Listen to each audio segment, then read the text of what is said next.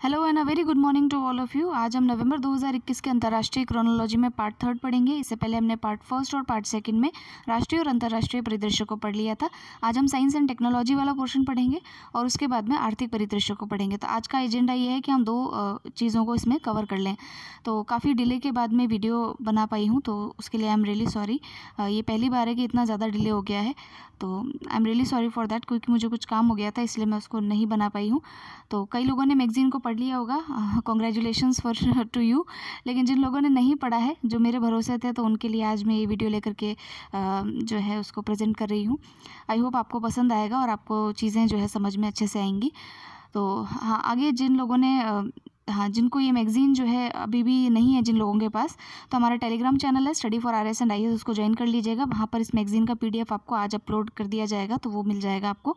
और अगर आपकी कोई क्वेरी हो तो आप इंस्टाग्राम पे बता सकते हैं। इंस्टाग्राम ID है study for RS and IAS। और अगर आपको और जैसे कुछ क्वेश्चंस वगैरह पूछना, कभी कभी इंस्टाग्राम पे मैं रिप्लाई नहीं कर पाती हूँ क्योंकि वो पता नहीं क्या है, उसमें कुछ चलता भी नहीं है वो। तो आप, हमारा email ID है kanwarhitendra@gmail.com, तो वहाँ जा कर के भी आप मुझे बता सकते हैं। चलिए अब हम स्टार्ट करते हैं। तो फर्स्ट हमारा जो आर्टिकल है वो है क्षुद्र ग्रहों के अध्ययन हेतु नासा ने लॉन्च किया मिशन लूसी। तो हमें ये पता होना चाहिए पहले तो कि मिशन लूसी किसका है। तो ऑब्वियस सी चीज़ है कि आजकल ऐसा क्वेश्चन भी नहीं पूछते हैं, क्योंकि ऐसा मिशन जो है या तो इसरो होता है या फिर जो है इस प्रकार का इंग्लिश नेम हो तो नासा के द्वारा होता है। तो ये नासा का ऐसा पहला मिशन है जो उन्होंने क्षुद्र ग्रह जो है उसके लिए जो है भेजा हो। तो क्षुद्र ग्रहों के अध्ययन के लिए नासा का पहला मिशन है जिसका नाम है मिशन लूसी। और किसका क्षुद्र ग्रह का अध्ययन करेंगे? क्षुद्र ग्रह को इंग्लिश में बोलते हैं एस्टेरॉइड्स। एस्टेरॉइड्स क्या होते हैं? जो किसी ग्रह के चारों तरफ चक्कर लगाते हैं, किसी एक निश्चित ऑर्बिट में चक्कर लगाते हैं और इन टर्न वो सूर्य के भी चक्कर लगा रहे हैं। ठीक है, इस ग्रह के चक्कर लगाते हुए सूर्य के चक्कर लगा रहे हैं, उनको बोलते हैं क्षुद्र ग्रह यानी कि एस्टेरॉइड्स। तो ये किस ग्रह के एस्टेरॉइड्स? तो ये जुपिटर का जो एस्टेरॉइड्स है, जुपिटर या जिसको आप कहते हैं बृहस्पति, उसके जो ट्रोजन एस्टेरॉइड्स जो हैं, ट्रोजन और एस्टेरॉइड एक ही चीज़ है यहाँ पर। ठीक है, ट्रोजन का मतलब यहाँ है कि भाई वो दोनों तरफ से जो है सूर्य के परिक्रमा जो है वो करते हैं, उनको ट्रोजन एस्टेरॉइड्स कहते हैं। तो उसके चक्कर लगा जो एस्टेरॉइड्स हैं उसका अध्ययन करेगा कौन? लूसी नाम का जो अंतरिक्ष यान यहाँ पर लॉन्च किया गया है। ठीक है, तो ये थोड़ा सा नाम ध्यान रखिएगा और ये किसके लिए है ये ध्यान रखिएगा, बस इतना ही पता होना चाहिए। अब किसके नाम पर क्या नामकरण है वो नहीं पूछेगा, इतना डिटेल में नहीं जाएगा। फिर देखिए यहाँ पर है ट्रोजन एस्टेरॉइड्स के बारे में कुछ लिखा है कि ये दो समूहों में सूर्य की परिक्रमा करते हैं। एक समूह बृहस्पति के आगे से और दूसरा बृहस्पति के पीछे से। इन क्षुद्र ग्रहों का निर्माण उस मौलिक पदार्थ के अवशेषों के बाद हुआ था जिसे बृहस्पति और अन्य बाहरी ग्रहों का निर्माण हुआ था। तो ये थोड़ा सा चीज़ है, थोड़ा अगर आपको इंटरेस्ट है जानने में। बाकी तो आप इतना ध्यान रखिएगा कि लूसी नाम का जो अंतरिक्ष यान है इसका उद्देश्य क्या है।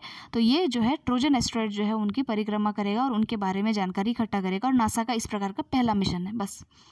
फिर नेक्स्ट देखिए, चाइना ने जो है 6 माह के मिशन के लिए अंतरिक्ष पर जो है अपने यात्रियों का दल भेजा है। तो चाइना ने ये कार्य किया है अभी। तो 3 अंतरिक्ष यात्रियों को उसने यहाँ पर भेजा है और 6 महीने के लिए भेजा है।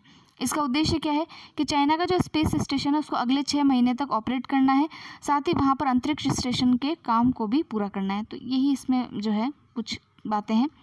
फिर है इस मिशन के अन्य उद्देश्य सबसे लंबे समय अंतरिक्ष में बिताने का रिकॉर्ड बनाना भी है, क्योंकि 6 मंथ तक जो है इसको भेजा जाएगा इसीलिए। फिर नेक्स्ट देखते हैं हम, नेक्स्ट आर्टिकल जो है इसमें यही काम का था, इससे ज़्यादा कुछ नहीं। फिर देखिए नेक्स्ट है, चाइना ने जो है अपना पहला सौर अन्वेषण उपग्रह, सौर अन्वेषण क्या होता है? सोलर जो इन्वेस्टिगेशन सैटेलाइट है उसको लॉन्च किया है। हालांकि इसका नाम जो है बहुत ही नाम से सिद्ध हो जाएगा, तो इस प्रकार से डायरेक्टली नहीं पूछेगा, वो नाम पूछ लेगा आपसे कि साई क्या है। ठीक है, तो साई नाम ध्यान रखिएगा। हालांकि इसका पूरा नाम है Chinese H alpha solar explorer. क्या है? Chinese H alpha solar explorer. ठीक है, और वैसे इसका नाम है, जो जनरल चाइनीज़ भाषा का नाम है वो है साई। तो ये साई थोड़ा नाम ध्यान रखना है। तो ये है क्या आखिरकार? तो एक ऐसा सैटेलाइट है जो कि जो सन है, जो आपका सौर्य है, सौर अन्वेषण जो है उसको पूरा करेगा, यानी कि सन के ऊपर जाएगा और सोलर एक्सप्लोर करेगा। ठीक है, ये वो है। और इसमें टेलीस्कोप वगैरह लगे हुए हैं, ये हालांकि कोई नहीं पूछेगा, बस आपको नाम थोड़ा पता होना चाहिए कि ये क्या है। तो चाइनीज़ है पहली बात तो, और ये जो है सौर उपग्रह है। ठीक है, और वहाँ के जो सोलर फ्लेयर्स वगैरह हैं उनको ये थोड़ा सा देखेगा, वहाँ पे उसके बारे में एक्सप्लोरेशन करके लाएगा, ये इसका उद्देश्य है। फिर नेक्स्ट है, नूरी जो है दक्षिण कोरिया का पहला अंतरिक्ष रॉकेट है। तो आपसे पूछ लिया जाएगा कि दक्षिण कोरिया का निम्न में से पहला रॉकेट अंतरिक्ष रॉकेट जो है कौन सा है, तो वो नाम ध्यान रखिएगा, नूरी। तो ये नूरी किसका रॉकेट है? अब नूरी से भी पूछ लेगा कि नूरी क्या है, हाल ही में जो चर्चा में रहा था। दक्षिण कोरिया का पहला अंतरिक्ष रॉकेट है नूरी, ठीक है। उसके अलावा कुछ और इसमें पूछेंगे नहीं, जैसे इसकी डिटेलिंग नहीं पढ़नी है आपको। तो ये दक्षिण कोरिया में पूरी तरीके से विकसित है और दक्षिण कोरिया में पूरी तरीके से निर्मित है, यानी कि वहाँ का जो है मेड इन दक्षिण कोरिया टाइप, ठीक है। फिर नेक्स्ट हम देखते हैं, अब देखिए अग्नि 5 जो है, अब भारत के ऊपर आते हैं। तो भारत ने किया अग्नि 5 मिसाइल का सफल परीक्षण। तो सफल परीक्षण तो पहले भी कई सारे कर चुके हैं, ये इसका 8वां परीक्षण था, ठीक है। 8th टाइम जो है इसका 8वां परीक्षण था। पहला परीक्षण 2012 में किया गया था, ये इसका 8वां परीक्षण था। और इसको कई मतलब स्टेजेस में ले जा करके उन्नत अवस्था में लाया जाता है, इसीलिए इसके कई सारे परीक्षण हो रहे हैं। अब देखिए इसके अंदर कई सारे, जैसे इसमें डिटेलिंग बताई है कि 17 मीटर लंबी, 2 मीटर चौड़ी और 1.5 टन तक के परमाणु हथियार ले जाने में जो है ये सक्षम है। उसके अलावा देखिए भारत जो है इस प्रकार की इंटर कॉन्टिनेंटल बैलिस्टिक मिसाइल यानी ICBM बनाने वाला कौन सा नंबर का देश है? तो यहाँ देखिए इस प्रकार की मिसाइल को विकसित करने वाला भारत का जो है दुनिया का 5वां देश है। इससे पहले अमेरिका, रशिया, फ्रांस और चाइना। फ्रांस थोड़ा ध्यान रखिएगा, चाइना तक तो याद रह जाता है, अमेरिका, रशिया, चाइना याद रह जाता है, फ्रांस थोड़ा ध्यान में रखिएगा कि इनके बाद में भारत ऐसा 5वां देश है जिसने कि इस प्रकार की मिसाइल का जो है वो निर्माण किया है। फिर नेक्स्ट देखते हैं, फिर भारत के लिए देखिए कि जो है भारतीय नौसेना के लिए जो हथियार है उनकी खरीद के लिए अमेरिका के साथ में एग्रीमेंट साइन हुआ है। अमेरिका से उपबंध हमने जो है साइन किए हैं। तो उसमें विशेष क्या है? तो विशेष बात यह है कि भारतीय नौसेना के बेड़े में अमेरिकी विमानन जो कंपनी है उसका एक जो है बोइंग आएगा जिसका नाम है 11P-8I। 11 विमान ऐसे हम खरीदेंगे जिसका नाम है P-8I विमान, ठीक है। तो थोड़ा नाम ध्यान रख सकते हैं, बाकी इसमें कुछ विशेष है नहीं। और ये जो P-8I विमान है ये पनडुब्बी रोधी युद्धक विमान है, यानी कि जो मरीन सबमरीन्स होती हैं, ठीक है, एंटी सबमरीन्स विमान है। तो ये थोड़ा सा हमको ध्यान में रखना है इसके बारे में। फिर नेक्स्ट हम चलते हैं, INS विक्रांत जो है उसका दूसरा समुद्री परीक्षण जो है वो किया गया है। सो नेक्स्ट है INS विक्रांत जो है उसका दूसरा समुद्री परीक्षण पूरा हुआ है। तो ये INS विक्रांत क्या है? तो देखिए INS जो है ये फर्स्ट इंडिजिनस एयरक्राफ्ट कैरियर है, यानी कि भारत का पहला ऐसा विमान वाहक पोत है, ठीक है। विमान वाहक का क्या मतलब है कि ऐसा शिप है जिस पे आप जो है जो ये विमान होते हैं यानी कि एयरक्राफ्ट्स होते हैं उसको भी ये कैरी कर सकता है। तो अब देखिए ये किस किस विमान को कैरी कर सकता है? तो देखिए यहाँ पर से जो है आप MiG-29 लड़ाकू विमान, कामोव 31 हेलीकॉप्टर और MH-60R जो बहुउद्देशीय हेलीकॉप्टर है उनका परिचालन भी आप इससे कर सकते हैं। तो इसका परीक्षण इन्होंने पूरा किया है। तो ये थोड़ा सा हमको ध्यान में रखना है कि INS विक्रांत की विशेषताएं क्या है। तो विशेषताओं में पहली चीज़ ये भी है। फिर कई अन्य तथ्य भी दे रखे हैं विक्रांत के बारे में कि भाई इसकी रफ्तार है 28 नॉटिकल माइल की रफ्तार है, सामान्य गति 18 नॉटिकल माइल होती है लेकिन इसकी जो है 28 नॉटिकल माइल्स हैं। फिर उसके अलावा अच्छा मेंस RS मेंस का जो लोग तैयारी कर रहे हैं, इस बार तो सिलेबस चेंज हुआ है, आप लोगों ने सिलेबस देख लिया होगा। और मैं आपसे आग्रह करूँगी कि आप जो है कोई कोचिंग का टेस्ट सीरीज़ जो है उसको ज्वाइन कर लीजिएगा, क्योंकि हम पढ़ते बहुत ज़्यादा हैं, लिख उतना नहीं पाते हैं। अगर आप पिछले टॉपर्स में से, जैसे अभी जो टॉपर थी उनका भी अगर आप सुनोगे तो उन्होंने कहा कि मेरे फेलियर का बड़ा रीज़न ये था कि मैं पढ़ तो बहुत ज़्यादा लेती थी लेकिन उसको जो है लिखने की बारी आती थी तो मैंने टेस्ट सीरीज़ ज्वाइन नहीं की थी, इसलिए मैं लिख नहीं पाती थी। तो आपको अल्टीमेटली कि आपको जितना भी आता हो आपको वहाँ जा कर के लिखना ही है उसको। तो आप अभी से ही टेस्ट सीरीज़ ज्वाइन करें। कोई भी अगर आपको मिलता है कोई मैटर तो उसमें आप 4-5 लाइनें या 10 लाइनें अगर आप लिख सकते हैं, इट मीन्स आपको वो टॉपिक क्लियर हो गया है। इस पैरामीटर्स पे आप अपने नॉलेज को चेक करिएगा। तो इसलिए आप कोई भी टेस्ट सीरीज़ हो, चाहे किसी भी कोचिंग का, मैं तो यहाँ बोल नहीं सकते, तो आप कोई भी कोचिंग हो अच्छा सा वहाँ जा कर के उसको ज्वाइन कीजिएगा, वहाँ जा कर के लिखिएगा ताकि आप कंट्रोल इन्वायरमेंट में टेस्ट दे पाएँ। तो ये एक अच्छा रहेगा आप लोगों के लिए। फिर देखिए यहाँ पर जैसे ये है, तो अगर आपसे मेंस में अगर इस प्रकार का क्वेश्चन पूछा जाता है तो आप क्या लिखेंगे? जैसे कि कुछ विशेषताएं इसकी लिखेंगे, जैसे कि भाई इसकी गति इतनी है, याद रह जाए तो अच्छा है। और इसका निर्माण जो है कोची शिपयार्ड, तो हमेशा कोची शिपयार्ड ही करता है। और बाकी ये जो है स्वदेशी जो जहाज़ है, स्वदेशी तकनीक से जो है इसको कंप्लीट किया गया है। ये कुछ जनरल पॉइंट्स होते हैं जो आप इसमें लिख सकते हैं। फिर देखिए नेक्स्ट जो है लास्ट आज का जो इसमें टॉपिक है वो है DRDO ने किया high speed expendable aerial target जो है उसका अभ्यास। तो ये अभ्यास क्या है? तो इस अभ्यास का जो फुल फॉर्म है वो यही है कि high speed expendable aerial target है। तो ये भारत ने जो है विकसित किया है, इसे DRDO के द्वारा विकसित किया गया है और इसका होगा क्या, तो देखिए इससे ये होगा कि इस वाहन का उपयोग विभिन्न मिसाइल प्रणालियों का प्रणालियों के मूल्यांकन हेतु एरियल टारगेट के रूप में जो है वो किया जाएगा। ठीक है, और फिर यह स्वदेशी लक्ष्य विमान एक बार विकसित होने के बाद भारतीय सशस्त्र बलों के लिए हाई स्पीड एक्सपेंडेबल टारगेट की आवश्यकताओं को जो है वो पूरा करेगा। तो ये जो अभ्यास विमान है, ये जो हाई स्पीड वाले जो हमारे टारगेट्स, एरियल टारगेट्स होते हैं, उनको पूरा करने के लिए जो है हेल्प करेगा। अब ये जो आगे इसमें शेष 41 पेज पे लिखा है, तो इसमें एक अमेरिका की हाइपरसोनिक जो मिसाइल है उसके बारे में है, लेकिन अब उस पेज पे जानने का थोड़ा मैंने उसका फ़ोटो लिया नहीं है, तो जब हम 41 पेज पे चलेंगे तो हम एक टॉपिक और बचा है इसका, वो हम आगे पढ़ लेंगे। अब हम चलते हैं आर्थिक परिदृश्य के ऊपर, यानी कि इकोनॉमिक से रिलेटेड जो न्यूज़ है उसको देख लेते हैं। जो फर्स्ट हमारी न्यूज़ है उसको पढ़ते हैं। तो आर्थिक परिदृश्य के अंदर पहली न्यूज़ है, रेलवे ने किया लंबी मालगाड़ियों का सफलतापूर्वक संचालन। तो 2 मालगाड़ियाँ, यानी कि फ्रेट ट्रेन जो होती है, फ्रेट ट्रेन का मतलब क्या होता है, मालगाड़ी। आप मालगाड़ी पता ही होगा, जो सामान ले जाती है, उसमें कई सारे वैगन्स होते हैं, तो वैगन यानी कि डिब्बे होते हैं उसमें। तो देखिए 2 जो ऐसी मालगाड़ियाँ हैं, यानी कि फ्रेट ट्रेन से उनका लॉन्च किया है, जिसका नाम है त्रिशूल और गरुड़। अब क्वेश्चन इस प्रकार से आ सकता है कि त्रिशूल और गरुड़ निम्न में से क्या है। तो अब आपसे पूछ देगा कि भाई DRDO की मिसाइल है, तो ये क्वेश्चन में नहीं लिखेगा, क्योंकि DRDO की मिसाइल्स भी हैं। तो अगर ये ना लिख करके 3-4 चीज़ें लिखे, तब आपको जो है उसमें लिखना है कि ये जो है रेलवे के द्वारा लॉन्च की गई जो है उनकी फ्रेट ट्रेन्स हैं। तो देखिए ये जो 2 ट्रेन्स हैं जिनका नाम है उसका ध्यान रखिएगा। एक का नाम है त्रिशूल और दूसरे का नाम है गरुड़। ये 2 अलग अलग जो है रेलवेज़ जो है वहाँ से लॉन्च हुई है। जैसे कि दक्षिण मध्य रेलवे से जो ट्रेन है जिसका नाम है त्रिशूल, उसको लॉन्च किया गया है। अब इसमें कितने वैगन है ये आप याद ना रखें। फिर है गरुड़ को जो है दक्षिण मध्य रेलवे के गुंतकल डिवीज़न के रायचूर से सिकंदराबाद डिवीज़न तक जो है इसको लॉन्च किया गया है। तो इसका भी इतना ध्यान रहे तो ठीक है, नहीं तो आप नाम तो थोड़ा ध्यान ही रखिएगा कि ये आखिरकार है क्या। फिर देखिए नेक्स्ट है, कोकिंग कोल क्षेत्र में भारत का रूस के साथ में जो है समझौता हुआ है। तो MOU साइन किया गया है रशिया के साथ में। कोकिंग कोल का यूज़ क्या होता है कि जब हम स्टील बनाते हैं तो स्टील में कोकिंग कोल जो है उसको यूज़ किया जाता है।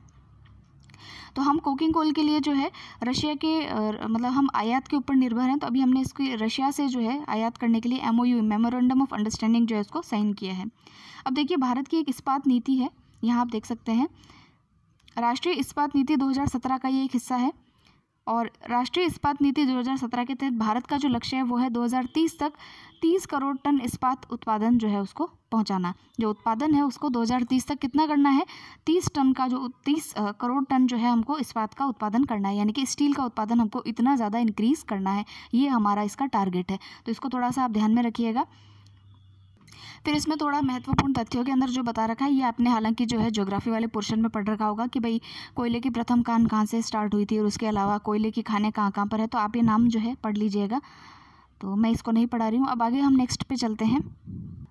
अब देखिए हमारे यहाँ पर जो इलेक्ट्रिसिटी है उसके चार्जेस काफ़ी ज़्यादा हैं, तो उसको कम करने के लिए जो विद्युत मंत्रालय है, यानी कि जो पावर मिनिस्ट्री है, उसने क्या किया है कि जो सेंट्रल इलेक्ट्रिसिटी रेगुलेटरी कमीशन है उसके द्वारा एक योजना शुरू की गई है जिसका नाम है मार्केट बेस्ड इकोनॉमिक डिस्पैच। क्या नाम है, MBED, यानी कि market based economic dispatch. Hindi में कहेंगे बाजार आधारित आर्थिक प्रेक्षण। ठीक है, इसका जो प्रारूप है, इन्होंने रूपरेखा जो है उसको जारी किया है। और इसका देखिए लक्ष्य क्या है। इसका लक्ष्य ये है कि जो बाजार संचालन है, यानी कि मार्केट एक्टिविटीज़ है, उसके अंदर इलेक्ट्रिसिटी के क्षेत्र में 1 nation 1 grid 1 frequency and 1 price, इसके ढांचे की ओर बढ़ने में एक आवश्यक जो कदम है वो इसके तहत उठाया जाएगा। यानी इलेक्ट्रिसिटी के जो दाम है उसको कम करने के प्रति यूनिट जो हम देते हैं चार्जेस, उसको कम करने के लिए ये योजना है। और बड़ी योजना क्या है कि 1 nation 1 grid 1 frequency and 1 price तक पहुँचना। अब देखिए MBED के चरण 1 का कार्यान्वयन जो है, इम्प्लीमेंटेशन है, वो 1 अप्रैल 2022 से शुरू करने की जो है इसमें योजना बताई गई है। तो ये थोड़ा सा हमको ध्यान रखना है। फिर नेक्स्ट है औद्योगिक पार्क रेटिंग प्रणाली रिपोर्ट 2.0 जो है उसको लॉन्च किया है। इसको पढ़ लेते हैं। अब हालांकि देखिए ये कोई इतनी इंपॉर्टेंट न्यूज़ नहीं है, तो एक सिंगल रीडिंग हम इसकी लेंगे कि ये जो आपका है इंडस्ट्रियल पार्क रेटिंग सिस्टम, तो ये निवेशकों के लिए है कि भाई आपको कहाँ पर जो है निवेश कर सकते हैं, तो उसको रेटिंग प्रोवाइड की गई है। ये किसके द्वारा जो है इसको जारी किया गया है, तो ये जो आपका DPIIT है, यानी कि department for promotion of industry and internal trade, उसके द्वारा जो है इसको लॉन्च किया गया है। और इसमें क्या है, अब देखिए इसमें आप पढ़ सकते हैं कि जो IPRS है, यानी कि ये जो यहाँ पर रिपोर्ट का नाम दिया गया है कि इंडस्ट्रियल पार्क रेटिंग सिस्टम जो है 2.0 यहाँ पर इसका ये जो है वाणिज्य एवं उद्योग मंत्रालय के आत्मनिर्भर अभियान जो है उसका एक हिस्सा है और आज़ादी के अमृत महोत्सव त्यौहार के दौरान जो है इसको जारी किया गया है।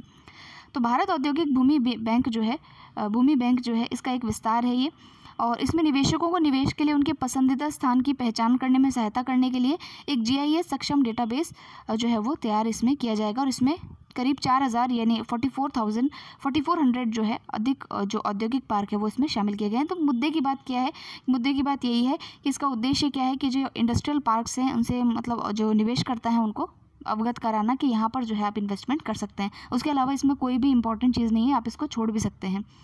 फिर नेक्स्ट है कि भारत जर्मनी के मध्य जो है तकनीकी सहयोग परियोजना के क्रियान्वयन के लिए MOU जो है उसको साइन किया गया है। तो टेक्नोलॉजी एडवांसमेंट के लिए इन दोनों ने साइन किया है MOU। तो किसने साइन किया है, तो भारत और जर्मनी ने जो है ये इसको साइन किया है। तो अब देखिए किसके लिए एक्चुअली MOU साइन हुआ है। तो ये MOU जो है कपास का जो कपास अर्थव्यवस्था है हमारे भारत के अंदर, आपको पता है कि कॉटन का प्रोडक्शन भारत में सबसे ज़्यादा होता है और यहाँ पर जो कपास है उसके अर्थव्यवस्था में मूल्य संवर्धन और निरंतरता उसको बढ़ाने के लिए जो है जर्मनी के साथ में MOU साइन किया है किसने, भारत के वस्त्र मंत्रालय ने। तो ये आप थोड़ा सा ध्यान में रखेंगे कि वस्त्र मंत्रालय के तहत एक मित्रा स्कीम भी है, उसको भी हम आगे पढ़ेंगे। प्लस आपको ये भी पता होना चाहिए कि भाई ये जो अभी MOU साइन हुआ है ये किस देश के साथ में साइन किया गया है। और भारत दुनिया का सबसे बड़ा कपास उत्पादक देश है और दुनिया में सबसे बड़ा कपास उपभोक्ता देश भी है, ये भी आपको ध्यान में रखना है। कपास सबसे ज़्यादा कहाँ होता है, तो महाराष्ट्र, गुजरात, मध्य प्रदेश और तमिलनाडु, ये थोड़ा ध्यान रखिएगा। एक साउथ का जो है स्टेट है तमिलनाडु, बाकी सारे कहाँ के हैं, बाकी सारे हमारे नॉर्थ के हैं, कि नॉर्थ और मिडिल के जो मध्य के हैं, महाराष्ट्र, गुजरात, मध्य प्रदेश और फिर है तमिलनाडु। तो ये थोड़ा ध्यान रखिएगा आप। और इसका उद्देश्य अगर आप पढ़ना चाहें तो देखिए, परियोजना का लक्ष्य कपास की निरंतरता बनाए रखने और उसके बाद की प्रसंस्करण प्रक्रिया यानी प्रोसेसिंग जो होती है उसको मजबूत करने पर ध्यान देते हुए भारत में कपास की जो पैदावार है उसका मूल्य संवर्धन यानी वैल्यू एडिशन, ठीक है, उसको करना है और उसमें बढ़ोतरी करना है। तो ये इसका उद्देश्य है इस MOU का, ठीक है। फिर हम आगे चलते हैं, आगे हमारा क्या है। अब देखिए कुछ तो इसके नाम से ही सिद्ध है, इंडिया एक्सपोर्ट्स पोर्टल यानी कि पहल।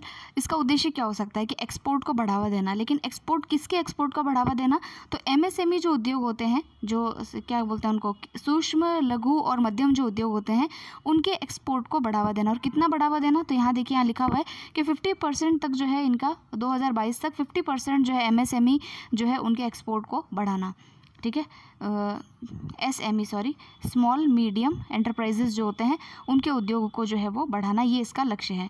तो ये पहल निर्यात के बारे में अधिक जानने के इच्छुक 1 लाख से अधिक MSME को लक्षित करती है एवं क्रियाशील निर्यातकों के आधार को दुगना करते हुए निर्यात प्रारंभ करने के लिए 30,000 प्लस MSME को मार्गदर्शन प्रदान करती है। यानी कि इसमें क्या है, बेसिक बात क्या है, बेसिक बात यह है कि जो MSME है उसका एक्सपोर्ट जो है 2022 तक 50% कैसे बढ़ाया जाए उसको लक्षित करती है ये पहल। और उसके अलावा जो MSMEs हैं उनमें जो ये निश्चित लोग हैं, जैसे 30,000 लोग हैं, इनका मार्गदर्शन भी जो है ये करेगी, गाइड भी करेगी उनको कि आप किस तरीके से अपने जो धंधा है उसको बढ़ा सकते हैं और किस तरीके से एक्सपोर्ट को इंक्रीज़ कर सकते हैं। तो ये इसका मेन कार्य है। फिर नेक्स्ट देखते हैं।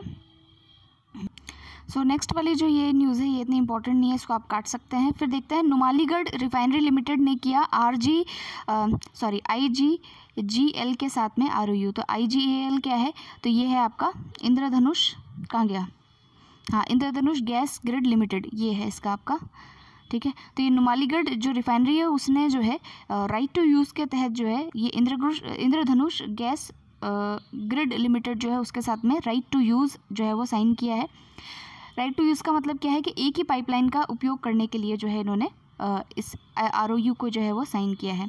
तो हालांकि इसमें और कुछ इंपॉर्टेंट बातें नहीं है कि जैसे इसमें तो बताया है कि भाई जो आपका ये नुमालीगढ़ रिफाइनरी लिमिटेड है ये कितना लंबा है, पारादीप नुमालीगढ़ क्रूड पाइपलाइन बिछाने की एक प्रक्रिया है। यह पाइपलाइन पारादीप बंदरगाह जो उड़ीसा में है वहाँ से पश्चिम बंगाल, झारखंड, बिहार होते हुए असम के नुमालीगढ़ में स्थित रिफाइनरी तक जाएगा। तो नुमालीगढ़ कहाँ पर है, असम में एक रिफाइनरी, असम की जो रिफाइनरी है, असम में जो एरिया है नुमालीगढ़ वहाँ पर एक रिफाइनरी है, वहाँ तक जो है ये पाइपलाइन पूरी जाती है।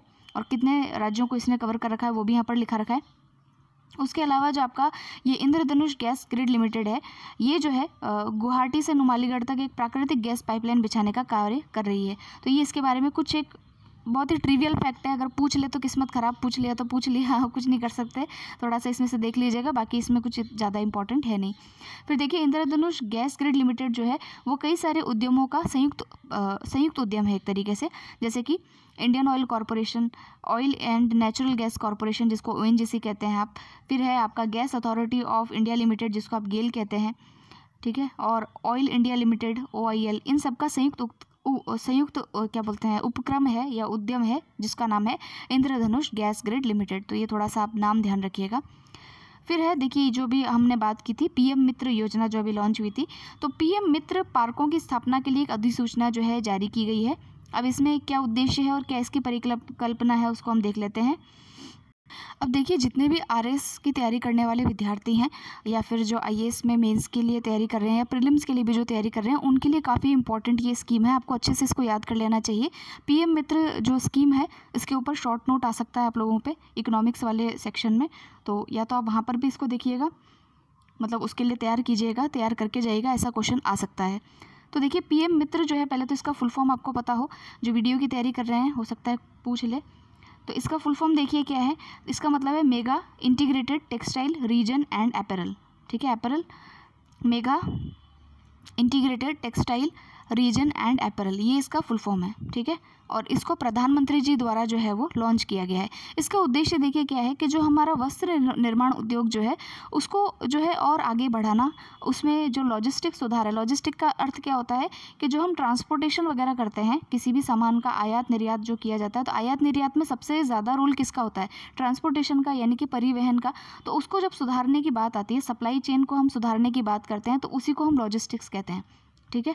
तो ये थोड़ा वर्ड आप ध्यान रखिए। अब यहाँ देखिए यहाँ पर जो है लिखा है कि PM मित्र योजना के तहत 44,045 करोड़ रुपए की कुल लागत वाले 7 वृहद कपड़ा पार्क जो है वो स्थापित करने की अधिसूचना सरकार ने जारी की है कि 7 जो क्लॉथ पार्क जो हैं, जिसको कपड़ा टेक्सटाइल पार्क जो है, क्लॉथ पार्क नहीं सॉरी टेक्सटाइल पार्क जो हैं वो सरकार के द्वारा जो है वो बनाए जाएंगे। और ये जो टेक्सटाइल पार्क बनेंगे ये राज्यों की सहायता से बनेंगे, क्योंकि राज्यों में ही बनेंगे तो राज्य भी तो पैसा देंगे, ऐसा थोड़ी केंद्र सरकार ही देगी, फ़ायदा तो पूरा दोनों को मिलेगा।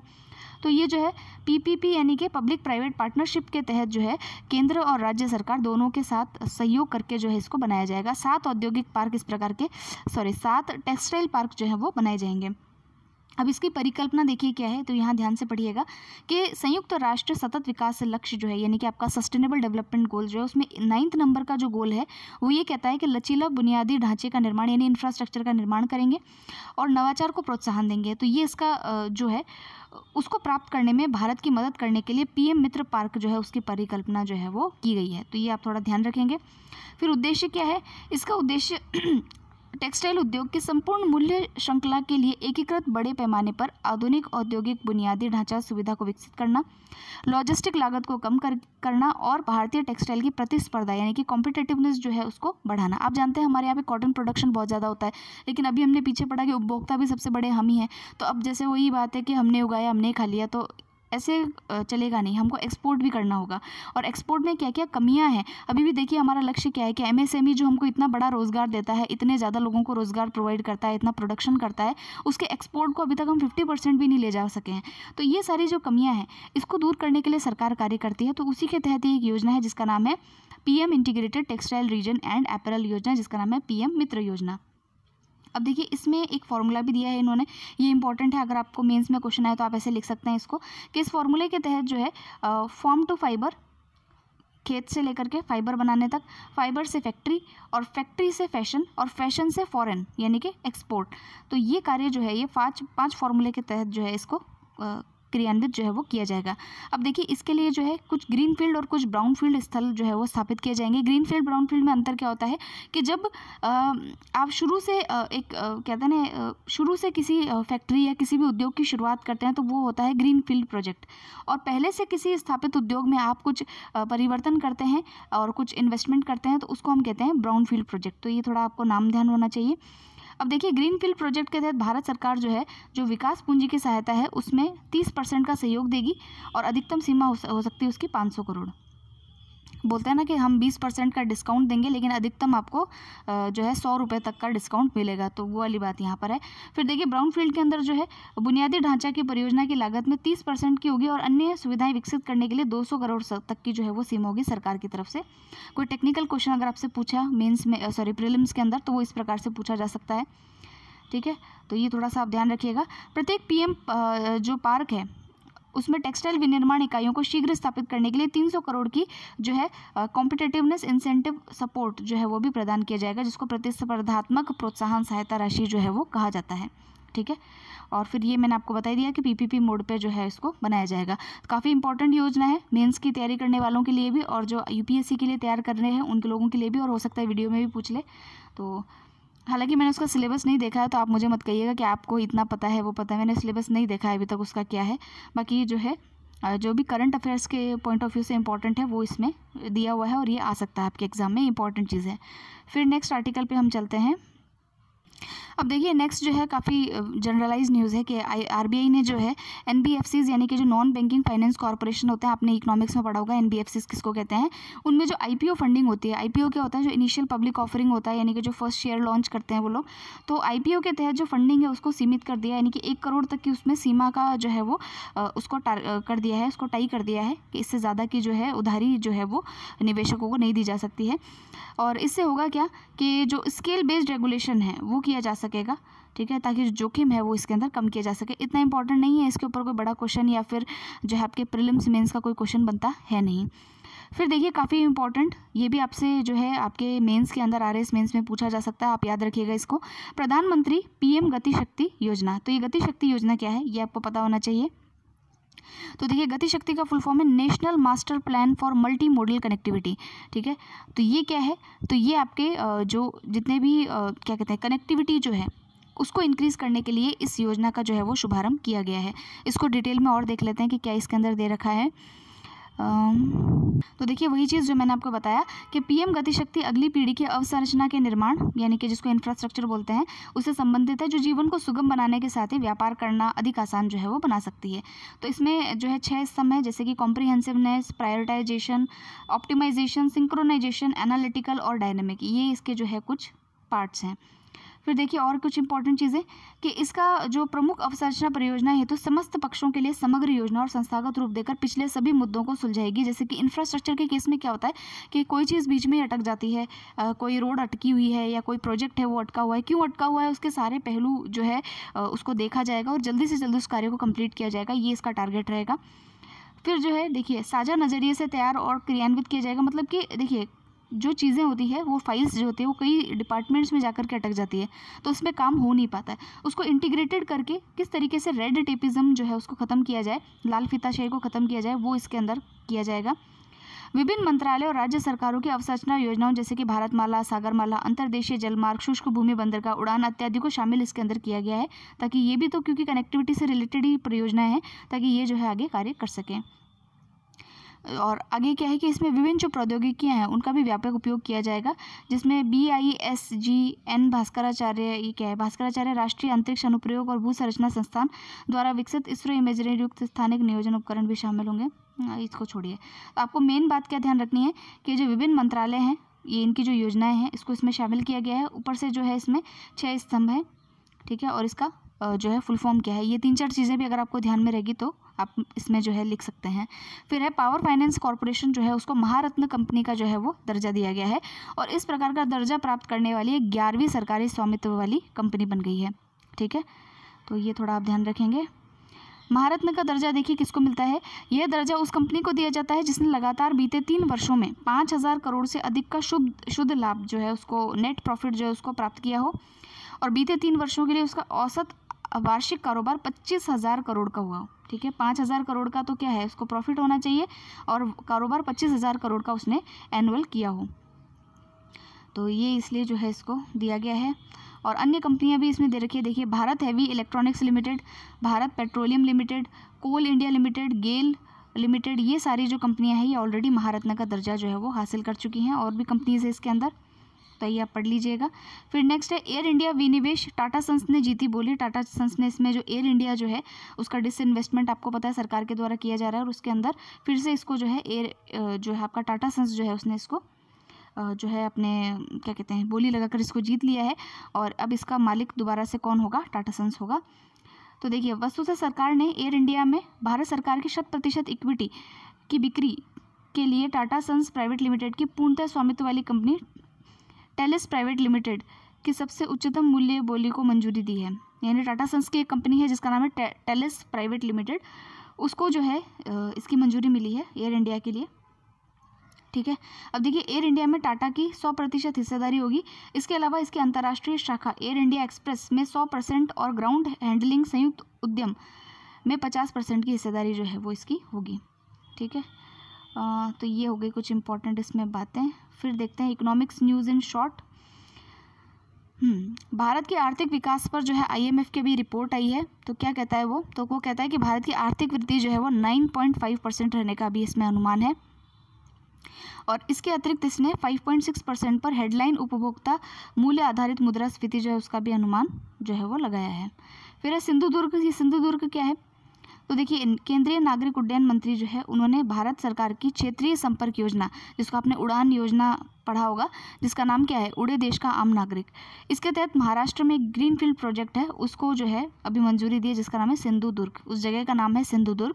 ठीक है, ग्रीनफील्ड प्रोजेक्ट मैंने आपको बता ही दिया कि जहाँ पर स्क्रैच से काम स्टार्ट होता है उसको। फिर है नेक्स्ट। अब देखिए, हालांकि ये न्यूज़ इतनी इंपॉर्टेंट नहीं है, जो दी गई है वो न्यूज़ इंपॉर्टेंट नहीं है। थोड़ा सा ये ध्यान रखिएगा कि एक योजना है जिसका नाम है प्रधानमंत्री मत्स्य संपदा योजना, जिसमें कि फिशरीज़ जो है उसको यानी कि जो हमारा मछली उद्योग है उसको बढ़ाने के लिए जो है वो सर्कुलर जो है वो इस मछली उत्पादन को बढ़ाने के लिए जो है इस योजना को जारी किया गया था, जो कि हमने आई थिंक नेशनल परिदृश्य, जो हमने राष्ट्रीय परिदृश्य पढ़ा था उसमें हमने इसको पढ़ा भी है। उसी के तहत देखिए ये कुछ योजना है, ये इतनी इंपॉर्टेंट है नहीं, इस पर कोई क्वेश्चन बनने का आसार लगता नहीं है। फिर नेक्स्ट देखिए, जो इंडियन रेलवेज़ है उसने अपनी एक और जो संस्था है उसको बंद करने का भी निर्णय लिया है, जिसका नाम है Indian railway station development corporation, IRSDC, Indian railway station development corporation. उसको बंद करने का आदेश जो है वो दिया गया है रेलवेज़ के द्वारा। और इससे पहले एक और संगठन है जिसको उन्होंने बंद किया था, जिसका नाम था Indian Railways Organisation for Alternate Fuels. ठीक है, तो ये दूसरे संगठन है जिसको इन्होंने भी बंद किया है। फिर ये कुछ इंपॉर्टेंट नहीं है। फिर नेक्स्ट है ECGC। ये क्या है? तो देखिए, export credit guarantee corporation limited को सेबी के तहत आरंभिक यानी कि इनिशियल पब्लिक ऑफर के माध्यम से स्टॉक एक्सचेंज में सूचीबद्ध करने की मंजूरी जो है वो दे दी गई है। सरकार के द्वारा ECGC 2021-22 से 5 वर्षों में इतना करोड़ यानी 4400 करोड़ की पूंजी जो है वो इसमें लगाई जाएगी। फिर है नेशनल एक्सपोर्ट इंश्योरेंस अकाउंट योजना को जारी रखने और 5 वर्षों में 1650 करोड़ की सहायता अनुदान करने की भी मंजूरी इसमें दी है। तो ये इतना इंपॉर्टेंट नहीं है, इसका नाम थोड़ा ध्यान रखिएगा कि export credit guarantee corporation limited को जो है सेबी के तहत अभी मंजूरी दी है ताकि वो अपना IPO जो है वो लॉन्च कर सके। अब ECGC के बारे में कुछ और है कि निर्यात ऋण गारंटी निगम लिमिटेड ECGC वाणिज्य और उद्योग मंत्रालय के पूर्ण स्वामित्व वाली इकाई है। ये थोड़ा ध्यान रखना है कि किसके अंतर्गत आती है। फिर जो है फिर नेक्स्ट देखिए कि यहाँ पर जो है जो इम्पोर्टेंट न्यूज़ मुझे लगी इसके अंदर ये, जैसे कि अभी देखिए प्रोडक्शन लिंक्ड इंसेंटिव स्कीम है। तो ये जो है ये आपको इस बात के लिए इनके लिए नहीं पूछेंगे, वो आपको बेसिक पूछेंगे कि इसका अर्थ क्या है और इसको जो है किन किन क्षेत्रों में लॉन्च किया गया है। तो आप उसको उस हिसाब से तैयार कीजिएगा। जैसे कि इस्पात के अंदर भी प्रोडक्शन लिंक्ड इंसेंटिव स्कीम को जो है लॉन्च किया गया है, उसमें ये सारी चीज़ें, तो ये इतनी इंपॉर्टेंट बात नहीं है इसमें कि स्टील किस किस प्रकार का यूज़ करेंगे ये वो, तो ये इसको आप इसलिए छोड़ सकते हैं। फिर यहाँ पर जो है एक है कि NTCS यानी कि national payment corporation of India limited के द्वारा व्यापारियों के साथ जो कार्ड होता है उसका विवरण संग्रहित करने के एक विकल्प के रूप में कार्ड के टोकनाइजेशन को सहायता प्रदान करने के लिए जो है आपका NPCI टोकनाइजेशन सिस्टम, जिसको NTS कहा गया है, उसको शुरू करने की घोषणा की गई है।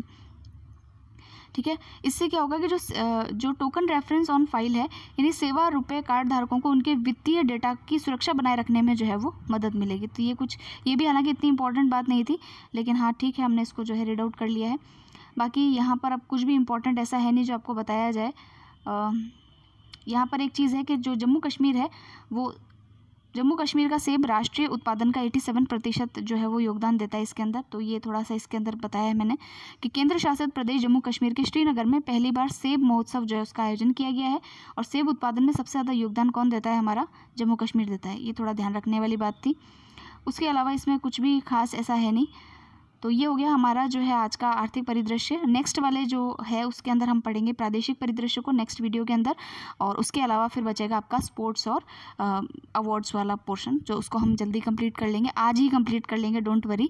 मुझे लग ही रहा था कुछ दिनों में बच्चे श्रद्धांजलि दे देंगे, एस्पेरेंट्स जितने भी हैं, कि बस चैनल ख़त्म ओवर हो गया, इतने दिन हो गए वीडियो आ ही नहीं रहा है। तो ऐसा कुछ नहीं है, वीडियो ज़रूर से बनेंगे, डेली बनेंगे। चाहे एक स्टूडेंट भी अगर देखेगा तब भी वीडियो बनेगा। तो ये क्योंकि मेरा पैशन है इसलिए मैं इसको बनाती हूँ। मेरा ये नहीं है कि 50,000 लोग देखें इसको डेली, ऐसा कुछ भी नहीं है।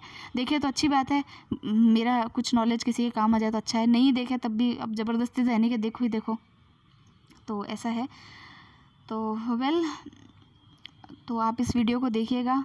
अब आप कई चीज़ें तो पढ़ चुके होंगे, तो फिर भी मुझे उम्मीद है कि आपको कुछ नया मिलेगा सुनने को, पढ़ने को। और इसका जो PDF है वो मैं आज अपलोड कर दूँगी, तो आप चैनल के साथ में जुड़े रहिएगा। कभी कभी देरी हो भी जाती है, तो उसके लिए please pardon me for that. So मिलते हैं नेक्स्ट वीडियो में। Okay, bye.